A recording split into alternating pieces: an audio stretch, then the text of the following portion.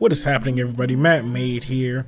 I had found a really interesting game called Crying Suns, so I thought I'd give it a try and give my first impressions on the game. Crying Suns is a tactical roguelite that is being developed and published by AltShift. Its Kickstarter campaign is currently live and it's slated to be released in late 2018. The story of Crying Suns follows an admiral, or really a clone of an admiral. Your mission is to find out why the Imperial Empire is in shambles and why every Omni, the super advanced robots that were doing everything for humans, have shut down. On your journey, you're accompanied by the last active Omni, Caliban. It doesn't really have I don't know if robots can have genders, but whatever. Caliban is a very odd and very dark Omni that for some reason I think wants to kill you. He has a very strange and morbid sense of humor, on top of which he seems to resemble those weird machines from the Matrix. Anyway, you're piloting your ship around trying to find out what exactly has happened to everyone, and as you explore you find not only citizens and abandoned facilities, but pirates who want to kill you and take your ship to scrap. All the while you're trying to piece together the events and how much time has actually passed between the Imperial Empire falling and you waking up or being cloned. The gameplay can get very complex. As you're moving about, it's really just a point and click adventure with some decision making. However, when you get in the battle, you're then thrown on a board with whatever ship you're fighting. It seems to me it kind of reminded me of the battleship board, but you're able to see where the battleship is and you have units and stuff. It's really interesting. From there, you can choose which units to deploy, guys. From there, you can choose which units to deploy, as well as what weapon you want to equip to your ship. Each move you make takes some focus, and focus takes time to recharge. Think of focus as the number of moves you can make in a given time or how many actions you can do at once. The gameplay sort of reminds me of FTL with how you have to manage your ship and your units. Once deployed, your units will not move unless you move them. However, they will attack any enemy within range automatically.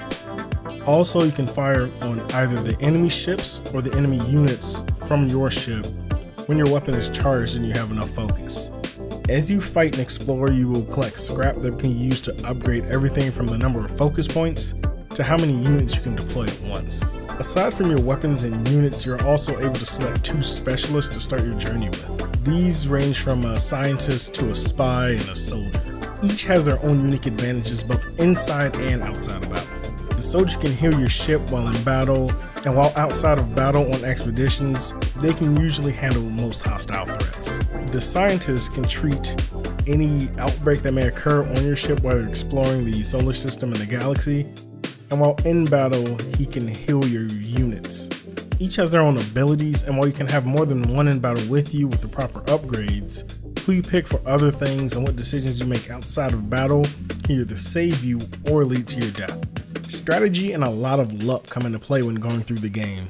There are times you can go to a station, nothing be there, and then when you come back, you have to fight a pirate ship. During the demo, fights and terrain became increasingly difficult. Enemies can have any number of weaponry and units to send out, making things a lot more interesting and quite scary at times. On top of which, if you take a certain amount of damage, you become stunned or your hull can catch fire, leaving you unable to send out units or taking constant damage. In order to fix these, you must click on their icons, which will also use focus points. On top of which, the statuses can have different levels.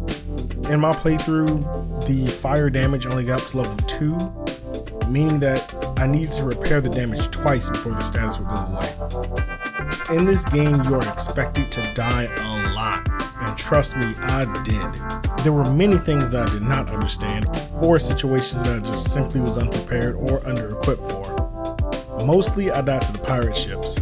I was actually prepared for the expeditions and whatever infectious outbreaks or odd things occurred on the ship.